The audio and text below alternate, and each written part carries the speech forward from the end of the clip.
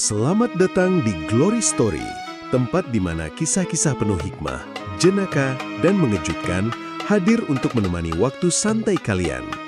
Malam ini ada sebuah cerita unik tentang Abu Nawas yang selalu punya cara cerdik menghadapi siapapun, bahkan seorang tamu asing yang sombong dan penuh keserakahan. Siap-siap karena kalian akan dibuat penasaran dengan akhir kisah ini. Pada suatu hari, sebuah kabar beredar cepat di kota Baghdad. Seorang tamu asing dari negeri jauh datang dengan rombongan besar. Ia dikenal suka pamer kekayaan dan langkahnya selalu diiringi para pengawal berpedang. Orang-orang desa gempar sebab jarang sekali ada pendatang yang datang dengan begitu mencolok. Orang itu melangkah ke tengah pasar dengan jubah panjang berhiaskan benang emas.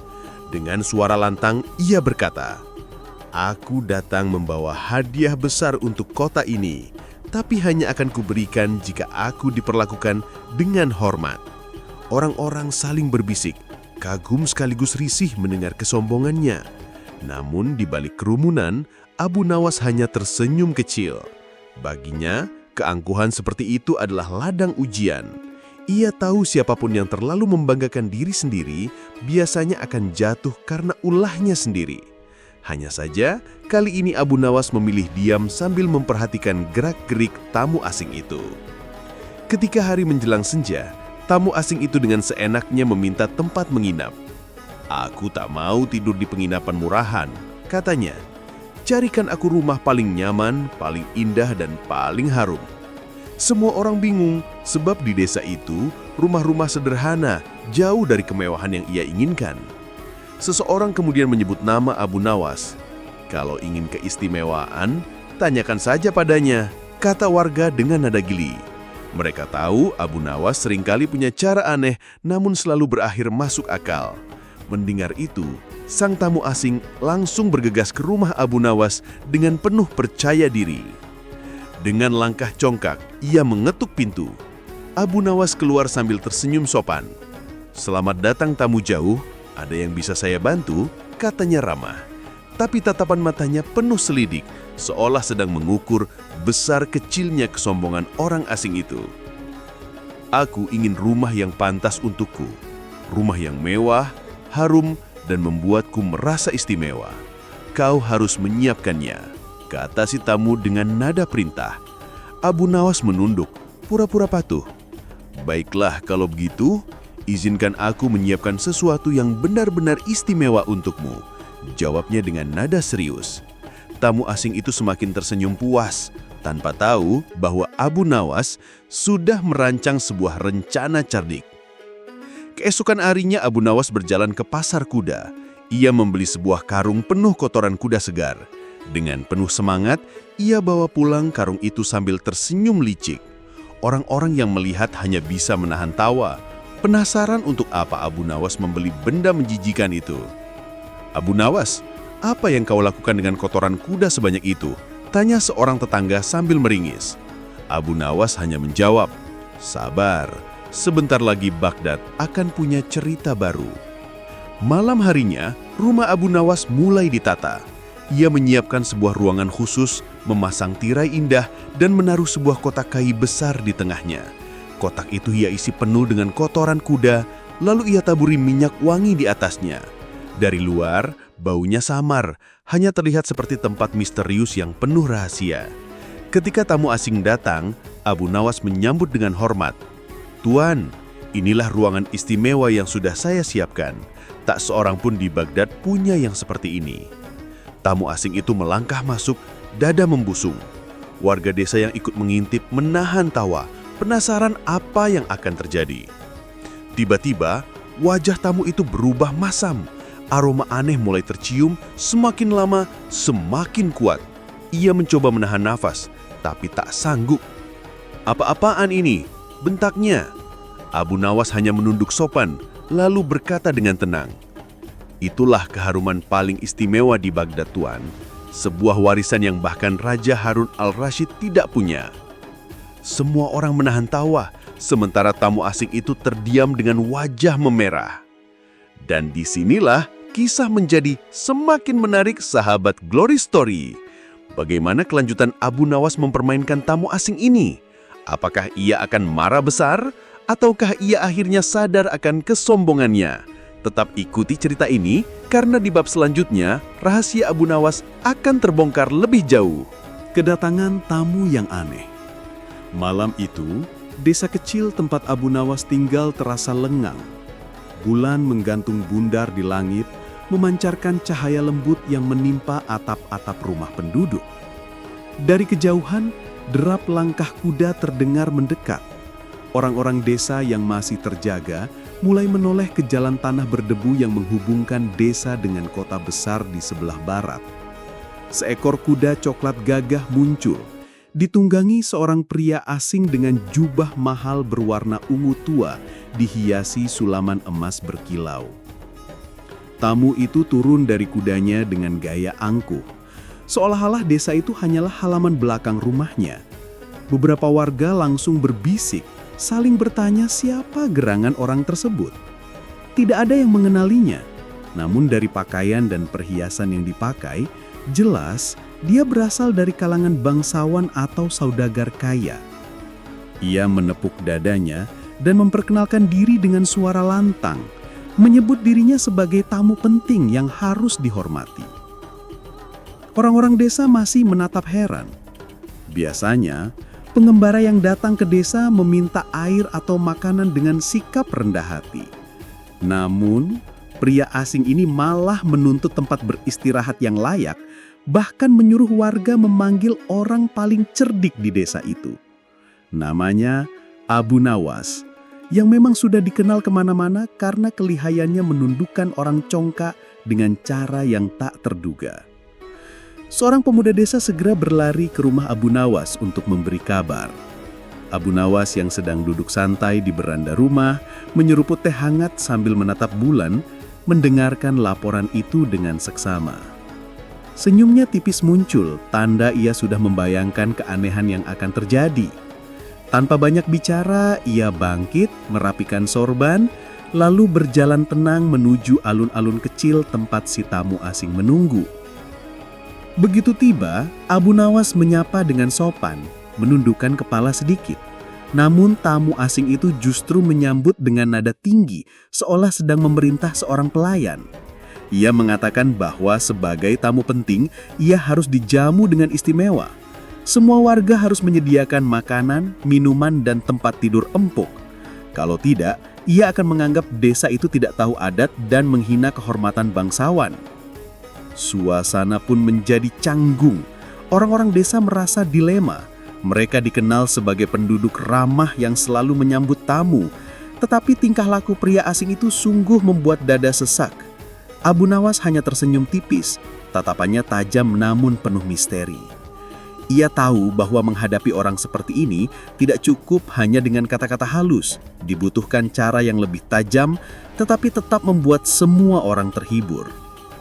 "Aku akan menjadi tuan rumahmu malam ini," kata Abu Nawas tenang.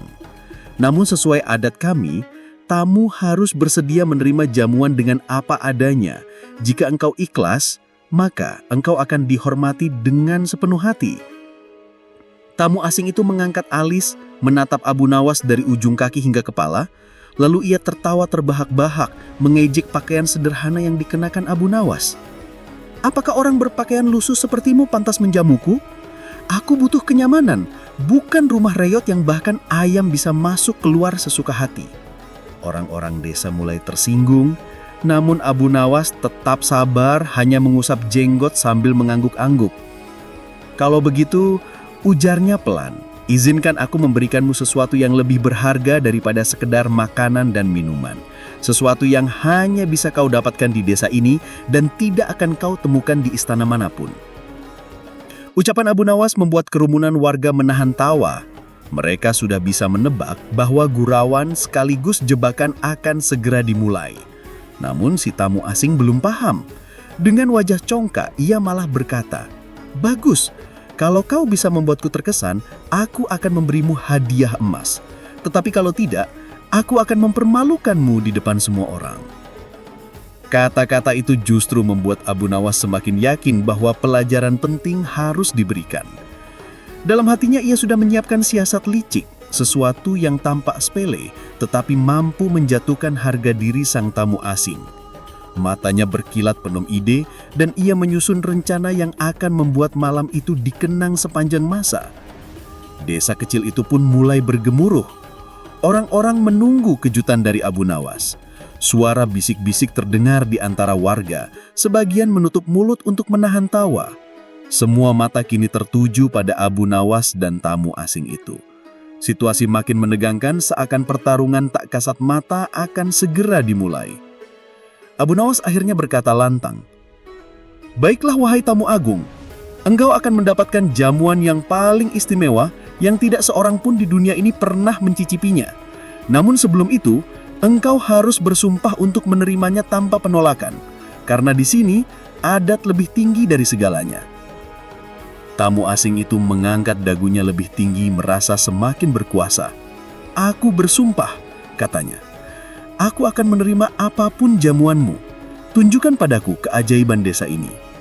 Orang-orang desa nyaris tidak bisa menahan gelak tawa. Mereka tahu Abu Nawas baru saja memasang jerat yang perfect, dan sebentar lagi tamu asing yang congkak itu akan merasakan akibatnya.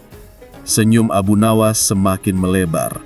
Malam itu, cerita baru akan dimulai dan hanya mereka yang hadir di sana yang akan menyaksikan bagaimana si tamu angkuh dibuat kapok dengan cara paling tak terduga. Perjamuan yang mengundang tawa.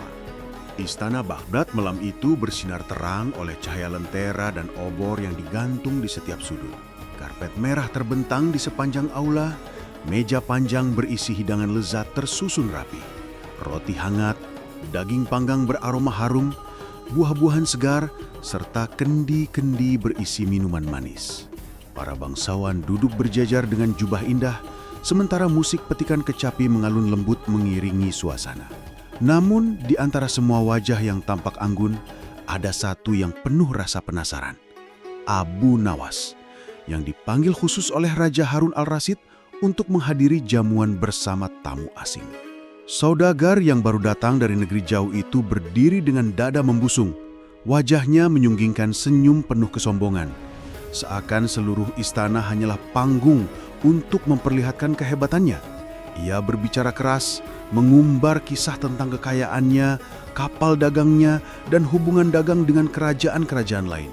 Semua tamu mendengarkan dengan wajah datar. Sebagian mulai merasa bosan. Namun, pria asing itu tak menyadarinya.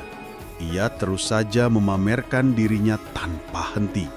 Raja yang duduk di singgasana emasnya melirik Abu Nawas dengan pandangan penuh arti. Senyum tipis terukir di bibirnya seakan memberi isyarat bahwa ini adalah kesempatan bagi sahabat setianya itu untuk menunjukkan kepintaran yang sering membuat seluruh istana terpingkal-pingkal. Abu Nawas mengangguk perlahan, menahan tawa yang hampir saja meledak saat melihat tamu asing itu begitu percaya diri dengan cerita-ceritanya. Ketika hidangan mulai disajikan, saudagar itu dengan lahap menyantap makanan. Ia memuji masakan istana tapi tetap menambahkan komentar bahwa masakan di negerinya jauh lebih lezat. Kalimat itu membuat beberapa bangsawan saling pandang, merasa tersindir. Abu Nawas yang duduk di dekatnya hanya mengangkat alis lalu dengan nada ramah ia berkata, "Oh, kalau begitu, pasti di negeri Tuan semua makanan bahkan bisa menyaingi hidangan surga." Kalimat itu terdengar seperti pujian, namun bagi yang jeli menangkap maksudnya, jelas mengandung sindiran tajam. Saudagar itu tidak merasa, ia malah tertawa puas sambil mengangguk-angguk. "Tentu saja, negeri kami penuh kemewahan. Bahkan kuda-kuda kami lebih kuat dan lebih indah daripada kuda-kuda di sini."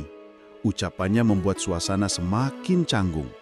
Beberapa pengawal dan tamu batuk kecil menahan tawa, sementara raja hanya mengusap janggutnya, menunggu langkah Abu Nawas berikutnya. Abu Nawas dengan wajah polos menimpali. Kuda yang kuat tentu memerlukan perawatan khusus.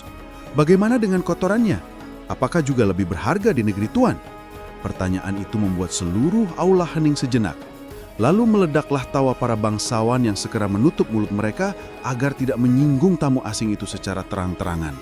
Saudagar tersebut menegang, wajahnya memerah karena merasa diremehkan. Namun bukannya mundur, ia justru berusaha membalas. Di negeri saya bahkan kotoran kuda pun bisa dimanfaatkan menjadi pupuk yang sangat mahal harganya, katanya lantang berusaha menjaga kehormatan.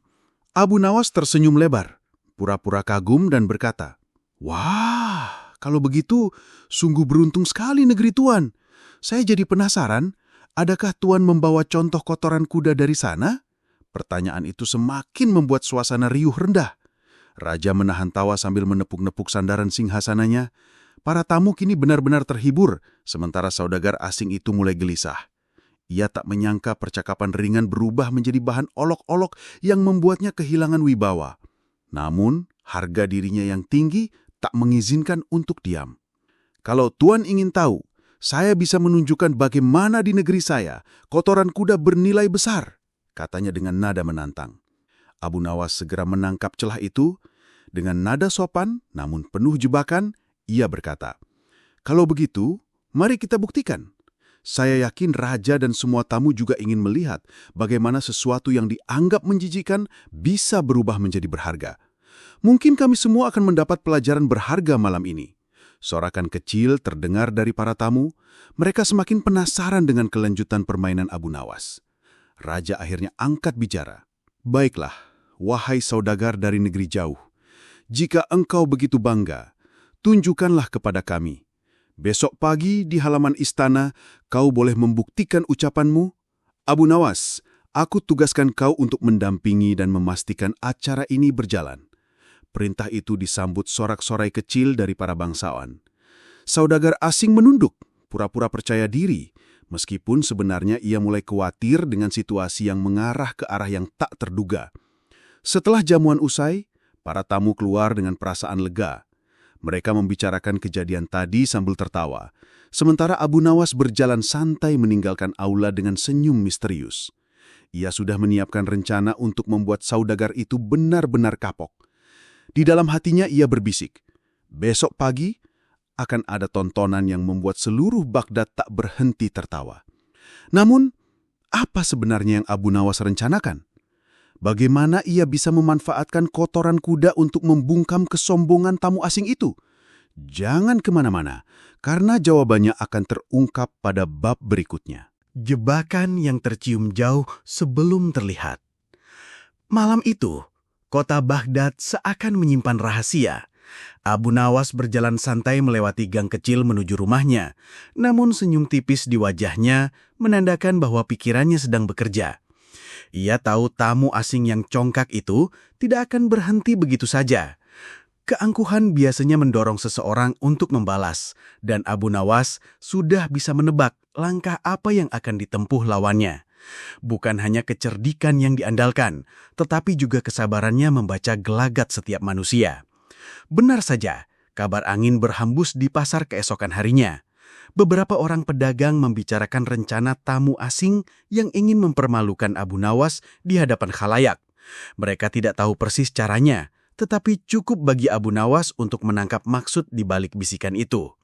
Sambil duduk di warung kopi, ia berpikir, kalau dia ingin menjatuhkanku, biarlah aku sediakan tanah tempatnya terperosok. Saat hari berikutnya tiba, suasana desa berubah. Orang-orang mulai penasaran seolah menunggu pertunjukan rahasia. Tamu asing itu berjalan dengan wajah angkuh, ditemani beberapa pengikutnya. Mereka membawa barang-barang aneh dalam karung, membuat penduduk semakin penasaran. Abu Nawas pura-pura tidak peduli, meskipun matanya tajam memperhatikan. Rupanya tamu asing menyiapkan semacam pertunjukan di lapangan kecil dekat sumur desa. Ia berpidato lantang, menyindir kecerdikan Abu Nawas yang menurutnya hanyalah trik murahan. Dengan nada mengejek, ia bersumpah akan mengajarkan pelajaran yang membuat semua orang tahu siapa sebenarnya yang lebih bijak. Beberapa warga mulai gelisah, khawatir Abu Nawas dipermalukan di depan umum. Namun, Abu Nawas justru tersenyum dan maju ke tengah kerumunan. Ia menatap langsung mata sang tamu asing, seakan menantang tanpa kata. "Jika engkau ingin memberi pelajaran, aku pun siap belajar. Tapi jangan lupa, setiap guru sejati biasanya memberi contoh baik, bukan kebodohan." Kalimat itu membuat sebagian warga menahan tawa, sementara wajah lawannya memerah menahan marah. Tidak ingin terlihat kalah, tamu asing membuka karung yang ia bawa. Ternyata isinya kotoran hewan yang dikeringkan, mungkin kuda atau keledai, dan ia bermaksud menjebak Abu Nawas dengan sesuatu yang memalukan. Bau menyengat langsung menyebar, membuat banyak orang menutup hidung sambil batuk-batuk. Namun, Abu Nawas sama sekali tidak mundur. Sebaliknya, ia melangkah mendekat dengan tenang. Di saat itu ia berbisik pelan, hanya bisa didengar oleh orang yang berdiri paling dekat. "Engkau ingin mempermainkanku dengan kotoran. Baiklah, kita lihat siapa yang benar-benar terjebak oleh baunya." Tamu asing itu menantang Abu Nawas untuk membuktikan bahwa dirinya cukup pintar mengubah aib menjadi sesuatu yang bermakna. Ia yakin kali ini Abu Nawas tidak akan bisa lolos. Namun, Abu Nawas sudah menyiapkan sesuatu lebih dulu. Beberapa hari sebelumnya, ia telah menyuruh seorang penggembala kuda untuk menyimpan kotoran yang benar-benar segar dan berbau tajam di sebuah tempat khusus.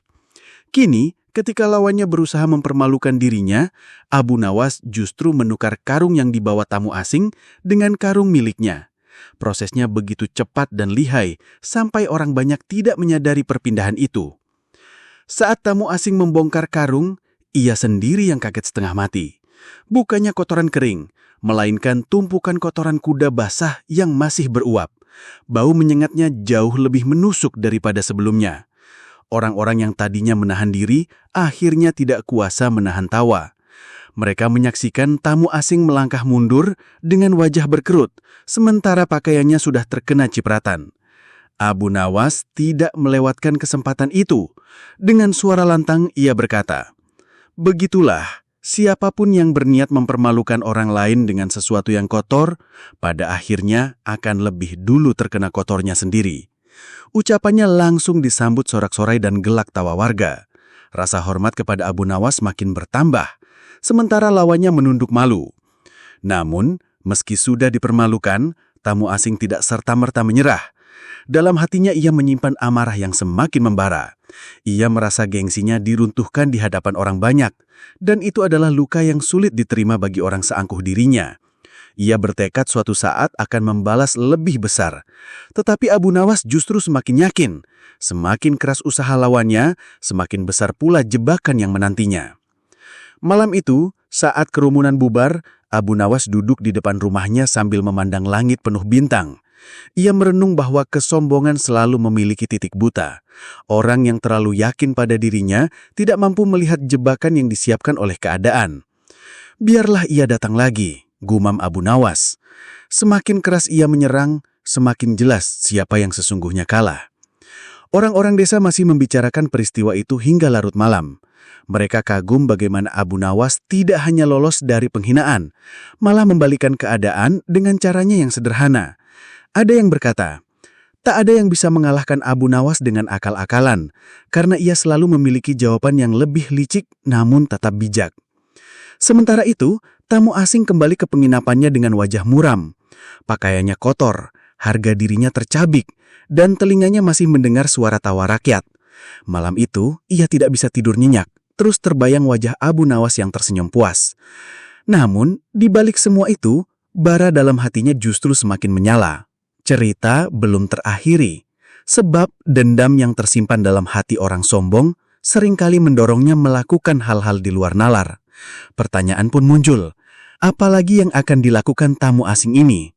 Apakah Abu Nawas kembali mampu membalikan keadaan dengan akalnya?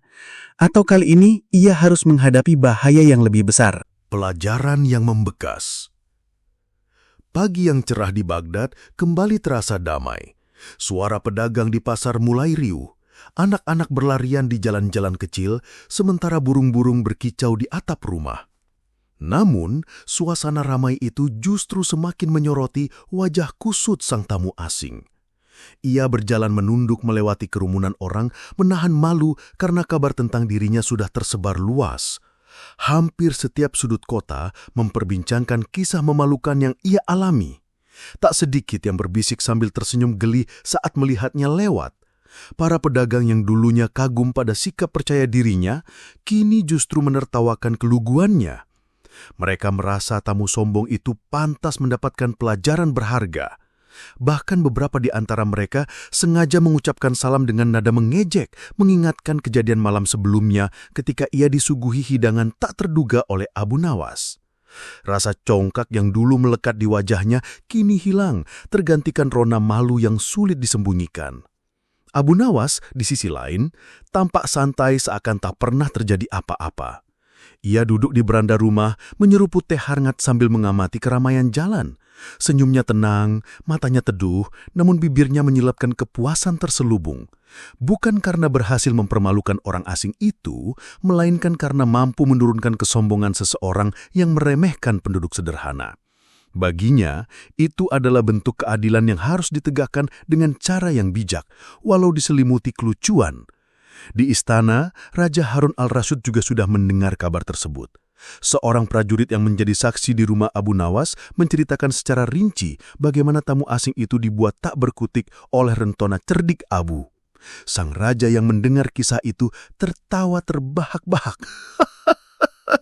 Memang benar, tak ada akal yang menandingi kelicikan Abu Nawas bila ia sedang menghadapi orang congkak, ucap raja sambil menepuk-nepuk lututnya karena geli.